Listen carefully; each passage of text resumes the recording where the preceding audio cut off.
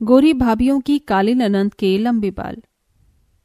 सुहानी, तुम्हारी ड्रेस तो काफी ज्यादा सुंदर लग रही है।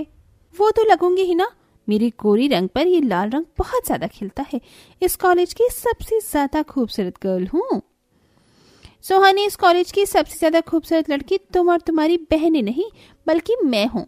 गोरी और सुंदर होने के साथ साथ मेरे बाल भी कितने ज्यादा खूबसूरत हैं। कहाँ मेरे इतने लंबे घने सुंदर बाल, और कहाँ तुम्हारे चूहे की पूंछ जैसे कटे हुए छोटे छोटे बाल। ज्यादा अपने बालों पर इतराने की जरूरत नहीं है। यहाँ तो आजकल का फैशन है, हर कोई शॉर्ट हेयर रखता है ना कि तुम्हारी तरह घोड़ों की पूंछ जैसे लंबे लंबे बाल। समझी? साक्षी की बात सुन राधिका का मुंह बन जाता है और वो वहां से चली जाती है। साक्षी, सुहानी, ये देखो, मैंने कितने अच्छे ब्रांड की ये फेस क्रीम मंगाई है। इसे लगाने से हमारे फेस पर कभी एक्ने नहीं होंगे। जितने पैसे तुम लोग अपने मेकअप में उड़ाती हो, उतने पैसे अगर बालों में लगा लेती तो आज तुम तीनों के बाल भी मेरी तरह लंबे होते। हमारे खानदान में किसी के भी बाल छोटे नहीं हैं, लेकिन ना जाने तुम तीनों किस पर गई हो। अपनी माँ के मुंह से अपने छोटे बालों के लिए ताने सुन तीनों बहनों का मुंह बन जाता है और वो गुस्से में वहां से चली जाती हैं। दिखने में तो तीनों ही बहनें काफी ज्यादा खूबसूरत थीं, लेकिन हमेशा अपने बालों की वजह से मात खा जाती थी। समय बीतता है और तीनों ही बहनें एक ही घर में शादी हो जाती हैं और आज इन तीनों की मुंह दिखाई होती है। रूपाली बहन, बहू तो तुम चांद का टुकड़ा लाई हो, लेकिन तुम्हारी बहू के बाल तो ऐसे लग रहे हैं जैसे किसी चूहे ने कतर दिए हों। अरे, हमारी डॉग लिली के बाल भी तुम्हारी तीनों बहू के बालों से भी ज्यादा लंबे हैं। लड़की की खूबसूरती तो उसके बालों से ही आती है। अब जरा अपनी ननंद मनीषा को ही देख लो। रंग रूप से भले ही काली हो, लेकिन अपने लंबे बालों की वजह से कितनी ज्यादा खूबसूरत लगती है। आपको पता भी है आजकल शॉर्ट हेयर का ट्रेंड है, ना कि इतने लंबे बालों का। हमारी ननंद के लंबे बाल हुए तो क्या हुआ? इसका रंग देखा है, कितना ज्यादा काला है। अगर किसी अंधेरी जगह पर चली गई ना तो तुम दिखाई भी नहीं दोगी। वैसे भी मुंह दिखाई की रस्म तो खत्म हो चुकी है। अब तो आप यहाँ क्या कर रही हैं? जाइए यहाँ से। रूपाली, तुम तो परकटी बहू के साथ साथ बदतमीज बहू भी लेकर आई हो। इन्हें तो बड़ों से बात करने की तमीज ही नहीं है। काकी, गुस्सा मत करिए। अगर भाभी की जगह कोई और भी होता तो वो भी ऐसे ही भड़कता। भाभी के भले ही छोटे बाल हैं, लेकिन मेरी तीनों भाभियां दिखने में किसी परी से कम नहीं है। हाँ हाँ, ऐसी परियां जिनके बालों की लंबाई शुरू होते ही खत्म हो जाती है। अपने बालों का ऐसा मजाक बनता देख तीनों ही बहू को काफी ज्यादा गुस्सा आता है और वो कहीं ना कहीं इन सब का जिम्मेदार अपनी काली नंद मनीषा को ही मानती हैं। मनीषा के बाल काफी ज्यादा सुंदर और लंबे थे, जिसके चलते हर कोई मनीषा के लंबे बालों की हमेशा तारीफ करता था। वहीं इतनी सुंदर होने के बावजूद भी तीनों बहुओं के बालों का हर कोई सिर्फ मजाक ही उड़ाता था। भाभी, आप लोगों से मिलकर मुझे बहुत अच्छा लगा। एग्जाम की वजह से मैं आपकी शादी में नहीं आ पाई थी।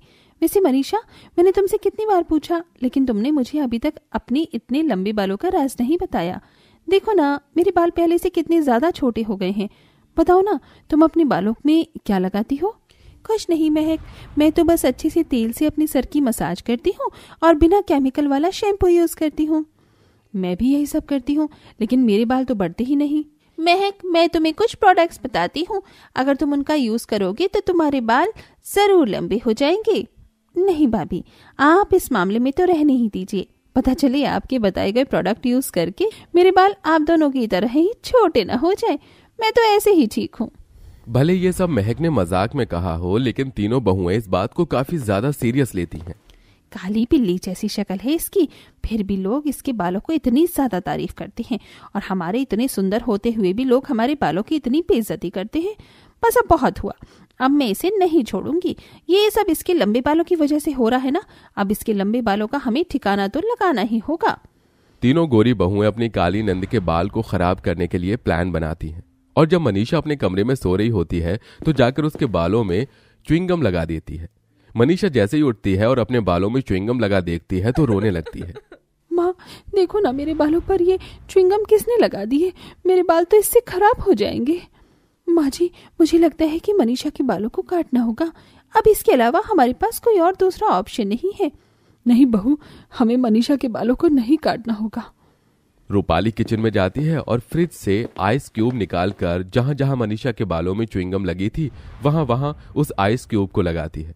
जिससे सिर्फ कुछ ही मिनट में वो च्युइंगम बालों से आसानी से निकल जाती है और मनीषा के बालों को कुछ भी नहीं होता, जिससे तीनों बहुओं का प्लान चौपट हो जाता है।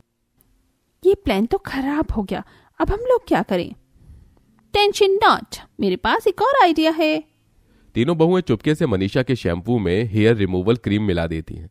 मनीषा जब भी शैम्पू को यूज करती तो उसके बाल गिरने लगते हैं, जिससे मनीषा काफी ज्यादा परेशान हो गई थी। माँ, आखिरकार मेरे बालों को क्या हो गया है? लगता है किसी की बुरी नजर लग गई है मेरे बालों को।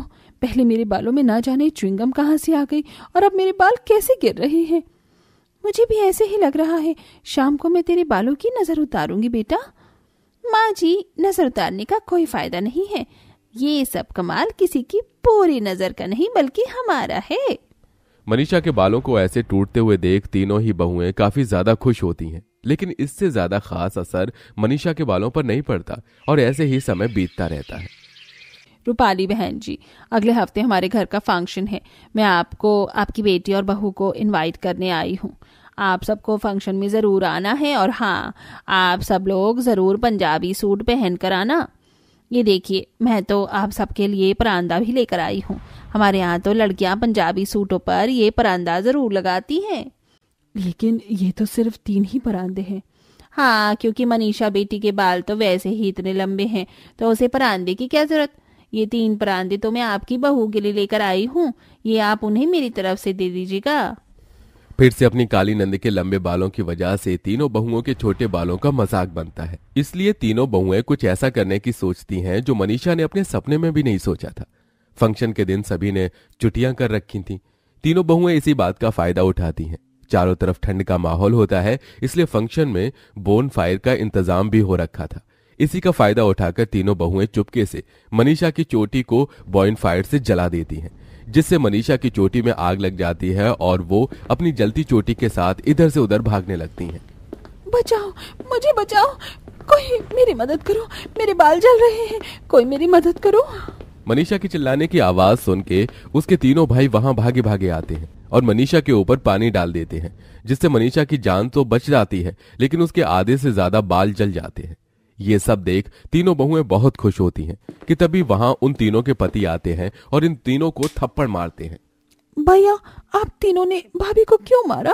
क्योंकि इन्होंने ही तुम्हारी चोटी में आग लगाई थी। हम तीनों ने इन तीनों को तुम्हारी चोटी में आग लगाते हुए देख लिया था। इससे पहले कि हम कुछ करते तब तक तुम्हारी चोटी में आग लग चुकी थी। तुम्हें शर्म नहीं आई अपनी ही नंद के बालों को जलाते हुए? अगर बालों के साथ हमारी बहन जल जाती तो क्या होता? भाभी ने जो किया सो किया, लेकिन आप तीनों ने सबके सामने उन पर हाथ उठाया।